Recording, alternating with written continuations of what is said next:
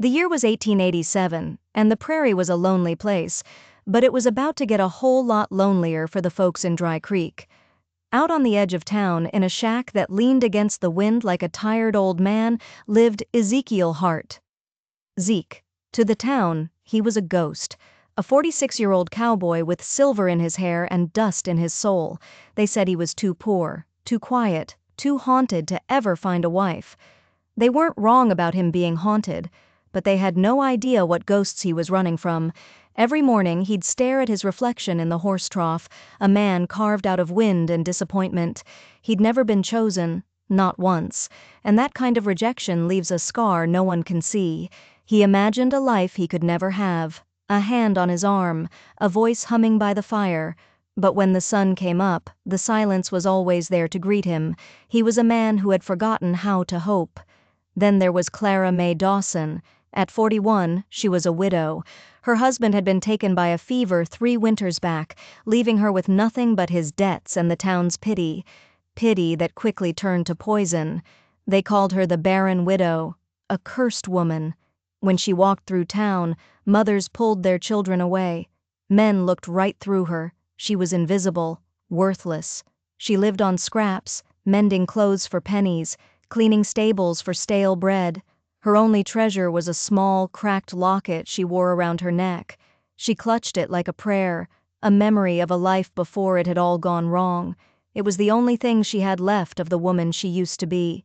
One afternoon, with the sun beating down like a hammer, Clara sat at a crossroads. One path led to town, to more whispers and scorn. The other led to the wilderness, to nothing. She had nowhere to go. Her life was a bundle of rags at her feet. She was waiting for the world to tell her what to do next. And that's when she saw the rider. It was Zeke. He was heading home, his horse kicking up dust when he saw her. A lonely figure at the edge of the world. He pulled his horse to a stop, the creak of saddle leather cutting through the silence. Their eyes met. His were tired but firm. Hers were wide with fear. She expected him to laugh, to mock her like everyone else. He didn't. He swung down from his horse, his boots sinking into the dust, and held out his canteen. She hesitated for a second, suspicion in her eyes. Then she took it. The cool metal a shock against her skin. She drank like a woman dying of thirst, which, in a way, she was. When she handed it back, he spoke, his voice rough from years of not using it. "You need a home," he said. It wasn't a question, it was a fact. "And I want a life partner, someone who will stay with me till my last breath." The words were clumsy, direct, and more powerful than any poem she had ever heard. For years she had been nothing, a curse, a ghost. No man had looked at her and seen a future. They only saw a failure. Her gaze fell to his hand, calloused and scarred. It wasn't reaching to grab, but to offer. Trembling, she placed her hand in his. The warmth of his skin was a jolt, a forgotten feeling. Something inside her, something she thought had died long ago, flickered back to life. He didn't say another word. He just helped her up, and they started walking back to his shack. The silence between them wasn't empty. It was filled with everything they couldn't say. The shack was just one room, a rusted stove, a single cot. But to Clara, it was a palace. She stepped inside, setting her small bundle on the table. She folded her worn-out shawl, her fingers tracing the grain of the wood. She was home. That night, they ate beans and bread by the light of a smoking lantern. They didn't talk about love or promises. They didn't have to. A deal had been struck. Not with words, but with a shared look of desperation. Two broken people clinging to each other because the world had thrown them away. But they had no idea the world wasn't done with them yet, not by a long shot. The days turned into weeks. Clara mended Zeke's shirts and swept the floor. She even planted a few wildflowers in a cracked pot by the door, a small patch of color in a world of brown. Zeke chopped extra wood and fixed the fences. Small gestures, a language without words, a mug of coffee left for her in the morning, a piece of cornbread left for him at night. They were building something fragile, something quiet. But Dry Creek wasn't a quiet town. The whispers started immediately. They slithered out of the saloon, across the church pews, and over the counter at the general store. The lonely old cowboy finally bought himself a woman, a barren widow for a haunted man. Desperation makes for strange bedfellows. Zeke heard the snickers when he rode into town. Clara felt the ice in their stares when she bought flour. Every cruel word was a stone thrown at the little home they were trying to build. They started to wonder if the town was right. Were they just two pathetic souls clinging to each other out of fear? Clara threw herself into her work, tending her little garden as if she could grow a wall of flowers thick enough to keep the hatred out. Zeke pretended he didn't care, but at night, he'd lie awake, staring at the ceiling, wondering if he'd only made her life worse. Had he saved her from the crossroads just to lead her to a different kind of hell? Still, there were moments. One evening, watching the sunset paint the sky in shades of orange and purple, Zeke saw Clara kneeling by her flowers. The light caught her hair, and for the first time, he saw not just a survivor, but a beautiful woman. A flicker of hope, something he hadn't felt in decades, sparked in his chest. But hope doesn't last long in a place like Dry Creek. The sound of hoofbeats and loud, cruel laughter shattered the peace. A group of riders from town, drunk and mean, were heading their way. Clara looked up, her face instantly tight with fear. Zeke's jaw hardened into a line of granite. The gossip had come to their door. Their fragile peace was about to be put to the test. As the riders got closer, their shadows stretching long and ugly in the fading light, Clara reached for one of her wildflowers. Her hand trembled, but she didn't break the stem. She just held on, waiting. Zeke stepped in front of her, planting his feet like he was part of the earth itself. He wasn't just protecting a woman. He was protecting a feeling he had just discovered. He was protecting his home. The riders laughed, but their laughter died when they saw the look in Zeke's eyes. It was a look they had never seen before. It wasn't the look of a lonely old cowboy. It was the look of a wolf, and they were standing at the door to his den. The drunken riders eventually slunk away, their insults fading into the prairie wind, but the poison remained. Clara stood up from her garden, her hands covered in dirt, her eyes holding a new kind of darkness. Zeke watched her, his hand so tight on the doorframe his knuckles were white. He hadn't said a word, but his silence was a promise. A storm was coming, and he would not let it touch her. But the storm was already inside their house. The town doubled down on its cruelty. In the saloon, the jokes got meaner. At the market, the women would turn their backs on Clara, muttering just loud enough for her to hear. Barren field, barren womb. The words were like acid, eating away at the little bit of confidence she had started to build. Zeke saw it. He saw her shoulders slump a little lower each day. He saw her clutch that locket at night, her eyes wide and staring in the dark. He felt a rage building inside him, a cold, hard fury at a world that could be so cruel. He had invited her into his home to give her shelter, and instead, he had put her in a cage for the whole town to mock. He started doing little things. He'd leave a sprig of wild sage on the table for her in the morning. She'd leave a warm piece of cornbread on his saddle. They spoke in gestures, in quiet moments shared watching the stars come out. They were two islands, slowly, cautiously, building a bridge. One night, something impossible happened. Clara laughed. It was a small sound, quiet and unsure, but it was real. It startled them both. She quickly covered her mouth, embarrassed, but Zeke just smiled. A real smile, not the tight, pained thing he usually wore. In that moment, the silence that followed was more intimate than any touch. It was the sound of two broken things starting to heal, but joy was a fire in Dry Creek, and everyone had a bucket of water to throw on it. The annual town fair was approaching, a day of music, food, and public judgment. Zeke hadn't gone in years. He saw no reason to walk into the lion's den, but this year was different. He couldn't hide anymore. They couldn't hide. "We'll go," he told Clara one morning. It wasn't a question. She looked at him, her eyes filled with a familiar fear, but then she saw the resolve in his face. She saw that he wasn't asking her to be brave for him, he was offering to be brave with her. She gave a small nod. "If you walk with me, I'll walk." The day of the fair was hot and loud. The air was thick with the smell of roasted meat and cheap cider.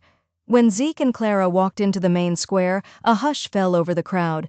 It wasn't a hush of respect. It was the silence of a predator that has spotted its prey. They walked through the crowd, his hand holding hers tight, their backs straight against the weight of 100 hateful stares. The whispers were everywhere. "Desperate old fool. She'll never give him an heir."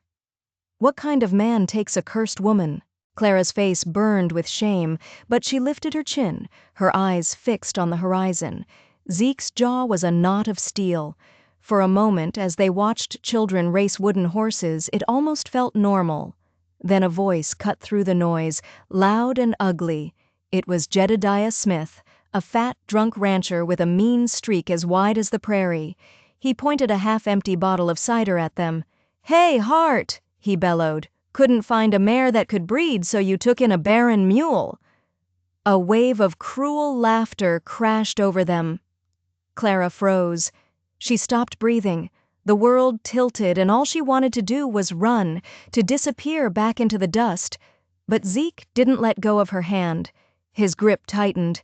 He didn't turn to the rancher with his fists raised. He did something much more dangerous. He stepped forward, pulling Clara with him into the center of the square.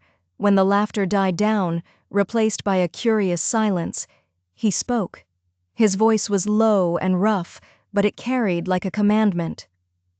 "She gave me more than children," he said, his eyes never leaving Clara's. "She gave me a life worth living." The words hit the crowd like a physical blow.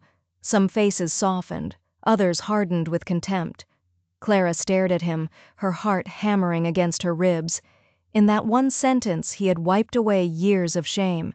He had seen her, truly seen her, not as a curse, but as a gift. And then he did the unthinkable. Ezekiel Hart, the town ghost, the lonely cowboy, got down on one knee, right there in the dust with the whole town watching. He held no ring, nothing but his calloused hands. "Clara," he said, his voice shaking just a little. "I have little to give, just this hand, this home, and the years I got left. But if you'll have me, I'll be proud every day you stand by my side. Will you marry me?" A collective gasp went through the crowd. This wasn't a joke, this was real. Clara trembled, tears streaming down her face. She thought of the cold, empty nights, the whispers, the locket she clutched for comfort, and then she looked at this man, this broken, beautiful man, offering her not pity, but pride. Not a roof, but a home. Not shelter, but a name. Her voice was a whisper, but it rang out across the silent square like a bell. "Yes, Zeke," she said. "Yes, I will." A few people started to clap, hesitantly at first, then a little stronger. Others just shook their heads and turned away, but Zeke and Clara didn't notice. He stood up, took her in his arms, and for the first time in front of the whole world, he kissed her. That night, they walked home under a blanket of stars so bright it felt like a blessing. For the first time, Clara felt like she belonged somewhere. When they reached the shack, she turned to him, her eyes shining. "They'll never stop talking," she whispered. "Let them," he answered, his hand gently brushing a strand of hair from her face. "We'll just keep living." She stepped inside the shack, not as a guest, not as a charity case, but as a bride.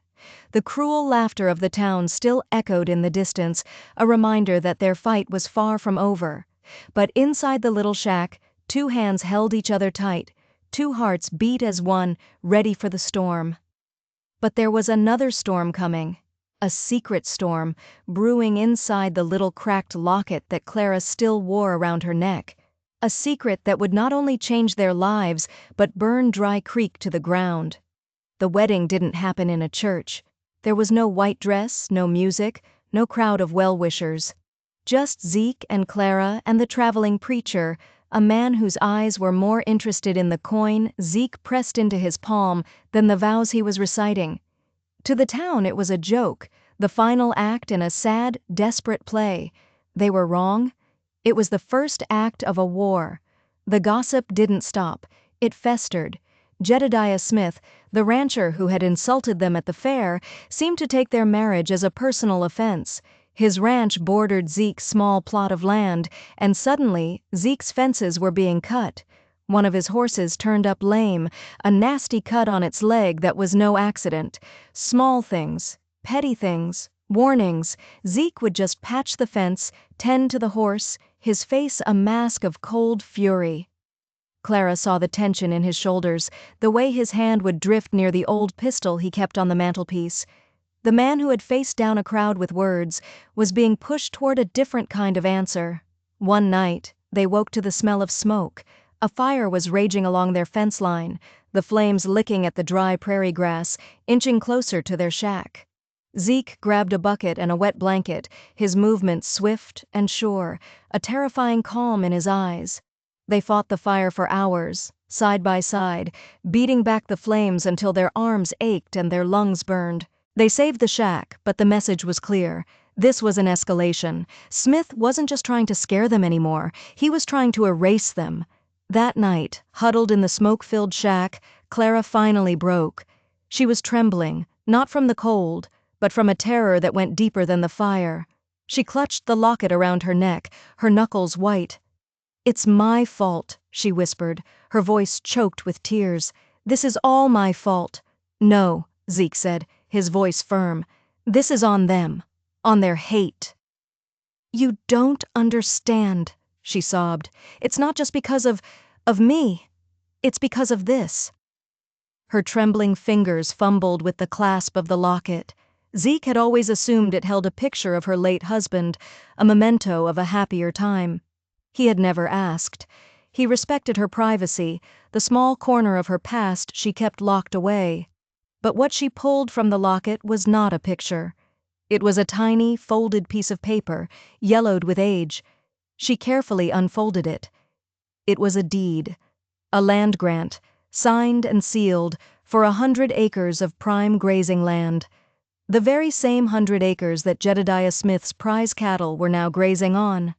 "My father won this land in a lottery years ago," she explained, her voice barely a whisper. "He was going to build a home for us, but he died before he could file the deed. Smith knew. He offered my mother pennies for it, said it was worthless paper. When she refused, he scared her off, forced her to sell for next to nothing, and run." Zeke stared at the paper, then back at her. The pieces started to click into place, forming a dark and ugly picture. "Your first husband," he started. "He came back here to fight for it," Clara finished, a fresh wave of tears falling. "He was a good man, but not a fighter. He tried to take Smith to court in the next county. A week later, he was dead. They called it a fever, but there was a bruise on his head they couldn't explain." Zeke's blood ran cold. This wasn't about a lonely widow and a quiet cowboy. This was about land, greed, and murder. Clara wasn't a curse. She was a threat. She was the rightful heir to the land that had made Jedediah Smith the most powerful man in Dry Creek. And Smith knew she was back. He knew who she was. The insults, the cut fences, the fire, it was all designed to drive her away again, to bury the truth for good. Zeke looked at the woman he had married, the woman he thought was fragile, broken, and he saw a strength he had never imagined. She had been carrying this burden, this dangerous secret, all alone for years. He took the deed from her hand, his touch gentle. He looked at the signature at the bottom, then at the terror in her eyes. And in that moment, he made a choice. He had come to Dry Creek to be invisible, to outrun the ghosts of his own past. He had wanted nothing more than to be left alone. But they had come for his wife. They had come for his home. They had set a fire. And they had just woken something up. Something that had been sleeping for a very long time. "He's not going to run us off, Clara," Zeke said, his voice a low growl. It was a voice she had never heard before. It was not the voice of a farmer. It was the voice of a hunter. "What can we do, Zeke?" she asked, her hope hanging by a thread. "He owns this town. He owns the sheriff." Zeke walked over to the mantelpiece. He picked up the old pistol, its metal cool and heavy in his hand. He checked the cylinder, his movements practiced, efficient. He looked different now. Taller. Harder. The tired slump in his shoulders was gone, replaced by a rigid readiness. "You're right," he said, not looking at her. "He owns the sheriff." He paused, turning to face her, and the look in his eyes sent a shiver down her spine. It was a look of cold, lethal purpose. "But he doesn't own me." Clara stared at him, confused. This was not the man she had married. The quiet, gentle man who left her flowers was gone. In his place stood a stranger, a man who held a gun like it was an extension of his own hand. Who was Ezekiel Hart? He saw the question in her eyes. "There are things you don't know about me, Clara," he said, his voice flat. "Things I came here to forget." He told her then about a life before Dry Creek, a life wearing a badge, not a sheriff's star, but something different. He'd been a Pinkerton agent, one of the best, hired to hunt down the worst of the worst. He was a man who tracked, who fought, who killed. He was good at it, too good. "One job went wrong," he said, his eyes distant, focused on a memory she couldn't see. "An innocent family got caught in the crossfire. My crossfire. I quit the next day. Threw my badge in a river and rode until I found a place where no one knew my name. I came here to bury that man, Clara. I wanted to be Zeke Hart, the quiet cowboy." He looked at her, the ghost of a sad smile on his lips. "But it looks like Jedediah Smith just dug him up." Everything made sense now. His calmness in the face of the town's mockery, his steady hand, the way he had stood before the riders, unafraid. He wasn't just a man who had been rejected, he was a man who had rejected the world, a world of violence he wanted no part of. Until now. Now that violence had come to his door. It had threatened his wife, and the wolf he had tried to starve was howling to be let out. "Smith won't stop with fires," Zeke said, his voice like chipping stone. "He knows you have the deed. He knows you won't run. He's going to send men, not to scare us, to finish what he started with your husband."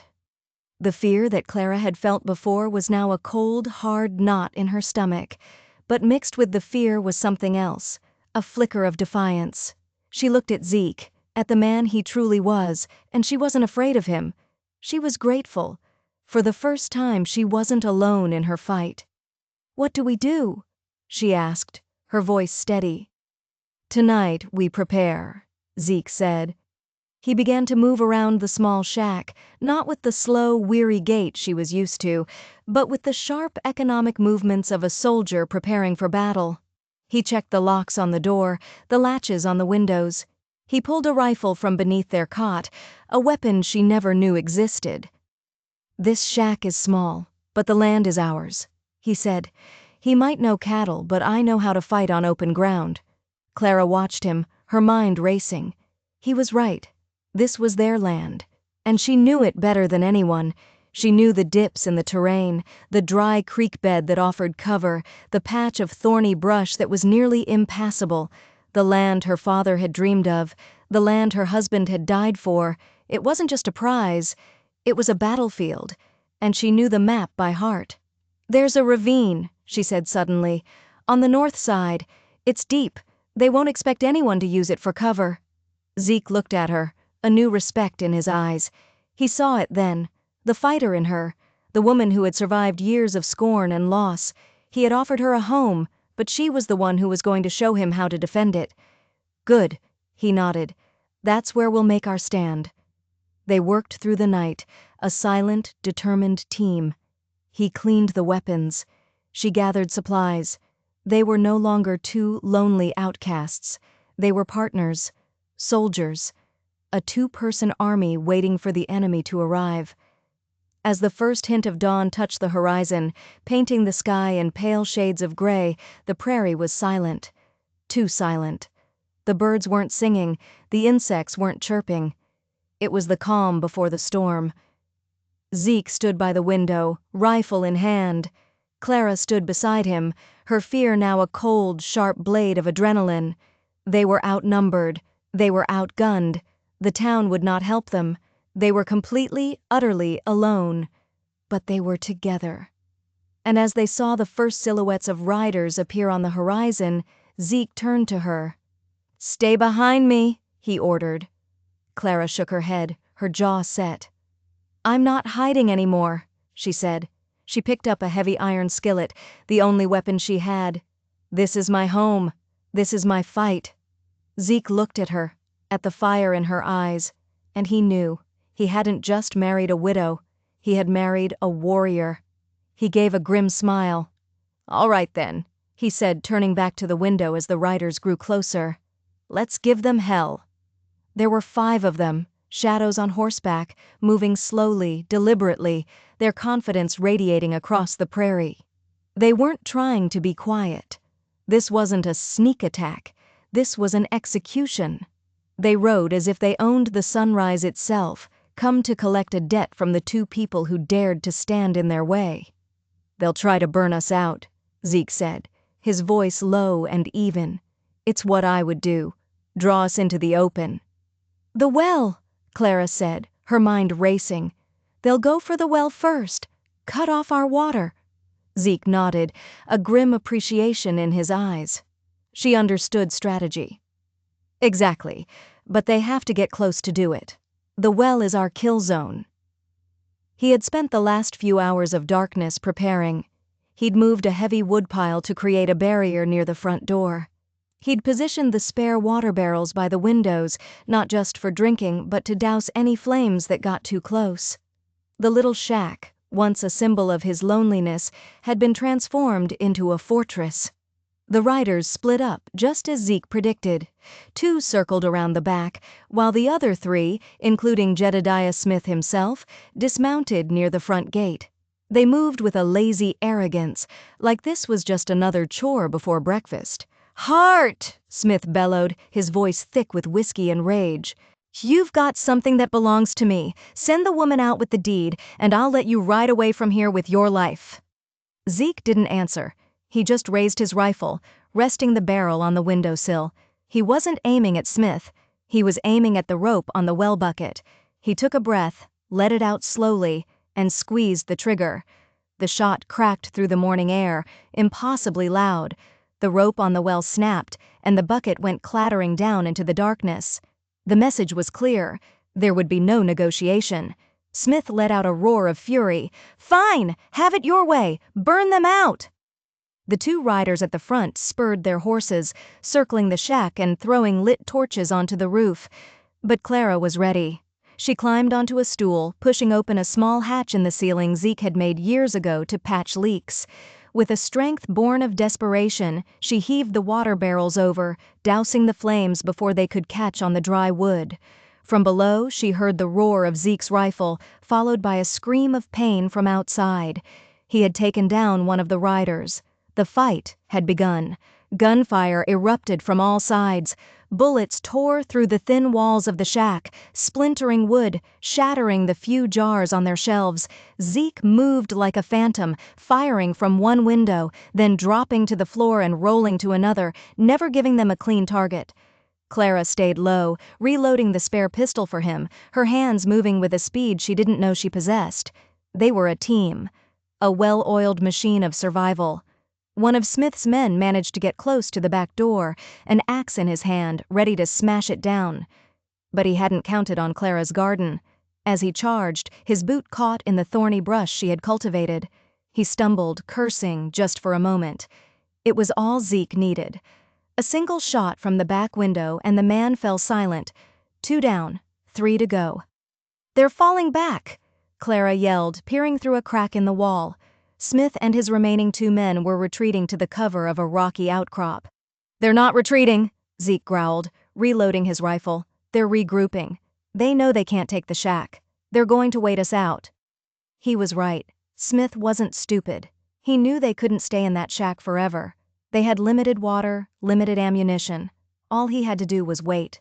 The sun would beat down, their thirst would grow, and eventually they would have to make a mistake. Hours passed. The sun climbed higher, turning the prairie into an oven. Inside the shack it was sweltering. They rationed their water sip by sip. The silence outside was more nerve-wracking than the gunfire. "They think they've won," Clara whispered, her voice hoarse.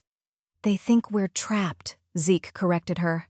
He looked at her, his eyes intense. "But you know this land. Is there another way out? Her eyes lit up. The creek bed, she said. It runs behind the shack. It's dry this time of year, deep enough to hide in. It goes all the way to the edge of Smith's property. It was a huge risk. Leaving the cover of the shack meant they would be exposed, but staying put was a death sentence. It's our only chance, Zeke said. We have to get to town. We have to get this deed to the federal marshal in the next county. He laid out the plan. It was desperate, crazy, but it was all they had. Under the cover of darkness, they would slip out the back into the creek bed. They would split up. Clara, with the deed, would head for town, get a horse, and ride for the marshal. Zeke would stay behind. He would create a diversion. He would draw their fire, giving her the time she needed to get away. It was a suicide mission. For him. No, Clara said immediately. I won't leave you. You have to, he insisted, his hands gripping her shoulders. This isn't just about us anymore, Clara. It's about justice for your husband, for your family. The deed is everything. It has to survive. You have to survive. She looked into his eyes, and she saw no fear, only a fierce, protective love. The love of a man willing to lay down his life for her. Tears welled in her eyes, but she blinked them back. This was no time for tears. This was a time for courage. She nodded. They waited for the moon to set, for the deepest dark before the dawn. Zeke gave her the pistol. He kept the rifle. Don't stop for anything, he whispered, his hand touching her cheek. Don't look back. Just ride. I love you, Zeke, she whispered, the words she had never dared to say finally breaking free. He smiled, a true, sad, beautiful smile. I know, he said. Now go. He slipped out the front door, a bundle of oil-soaked rags in his hand. He crept toward Smith's camp, a ghost in the darkness. Clara watched from the back window, her heart a stone in her chest. Then she saw it, a flicker of light, then a roar as the flames erupted. Zeke had set fire to Smith's own supply wagon. Shouts and confusion erupted from the camp. It was the diversion. It was her chance. Clara slipped out the back door and slid down into the cool darkness of the creek bed. She started to run, her feet silent on the sandy ground. She didn't look back. She just ran, the deed tucked safely inside her dress, Zeke's final words echoing in her ears. Behind her, she heard the sudden deafening sound of gunfire. Zeke had opened fire on the camp, drawing all their attention, all their fury onto himself. He was buying her time, with his life. She ran faster, tears streaming down her face, the sound of the battle fading behind her. She had to make it. She had to honor his sacrifice. The fate of Dry Creek and the memory of the man she loved rested on her shoulders. The barren widow, the town curse, was now its only hope. The run to town was a nightmare. Every shadow was an enemy, every rustle of the wind a gunshot. Clara pushed on, fueled by adrenaline and grief. She reached the edge of Dry Creek just as the sun was beginning to rise, painting the sky in bloody streaks of red and orange. The town was quiet, asleep, blissfully unaware of the war that had just been fought on its doorstep. She didn't go to the livery for a horse. Smith would have men watching it. Instead, she went to the one place no one would ever expect, the church. The old preacher was a hypocrite, but his stable boy was a kind lad whose mother Clara had nursed through a fever. She slipped into the stables, found the boy, and pressed the few coins she had into his hand. I need your fastest horse, she whispered, her voice desperate, and your silence. The boy looked at her torn dress, the dirt on her face, the wild look in her eyes. He saw the truth of her situation. He didn't ask questions. He just saddled the preacher's best mare and helped her mount. Godspeed, Mrs. Hart, he said. Clara gave him a grateful nod and kicked the horse into a gallop, riding out of town like a bat out of hell. She didn't look back. She couldn't. The ride to the county seat was 20 miles of punishing open prairie. Every minute felt like an hour. Every hoofbeat was a prayer for Zeke. Was he still alive? Had he been captured? The questions tortured her, but she couldn't afford to stop. She had to believe. She arrived hours later, the horse lathered in sweat, her body bruised and aching. She found the marshal's office, a small dusty building with a single, bored-looking deputy out front. She practically fell off the horse, stumbling into the office. Marshal Thompson was an old man with eyes that had seen everything. He looked up from his paperwork, annoyed at the interruption. Then he saw her.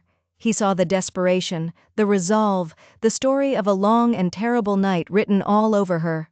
"Ma'am?" he asked, his voice surprisingly gentle. Clara didn't waste time with pleasantries. She pulled the deed from her dress and slammed it down on his desk. "Jedediah Smith of Dry Creek," she said, her voice shaking but clear. "He murdered my husband for this land. He tried to murder my new husband, Ezekiel Hart, last night to keep it." The marshal picked up the deed, his eyes scanning the document. He was silent for a long moment. Clara's heart hammered in her chest. Would he believe her? A poor, frantic woman against the richest man in the territory? He looked up from the paper, his gaze sharp. "Ezekiel Hart, you say? The Pinkerton?" Clara froze. He knew. Of course he knew. A man like Zeke couldn't just disappear. "He's a good man, Marshal," she said quickly. "He retired. He wanted a quiet life."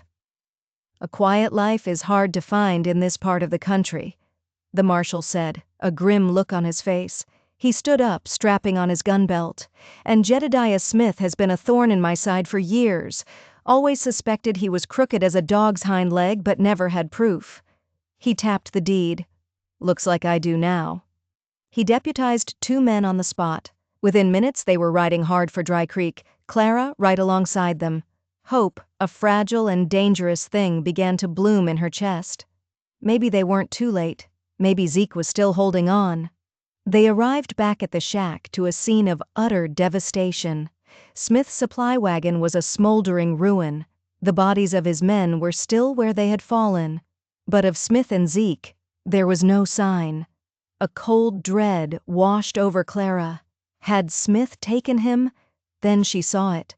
A trail of blood leading away from the shack toward the rocky outcrop where Smith had taken cover. She ran, the marshal and his deputies close behind. They found him there. Zeke. He was slumped against a rock, his rifle still clutched in his hands. He was pale, covered in blood from a nasty wound in his side, but he was alive. And at his feet lay Jedediah Smith, a single, clean bullet hole in his chest. "Zeke!" Clara screamed, falling to her knees beside him. He opened his eyes, a faint smile touching his lips when he saw her. "Took you long enough," he rasped. "He came at me after the others were down," Zeke explained, his voice weak. "Thought he could finish me. He was wrong. He had won. Alone, wounded, he had faced the devil and won."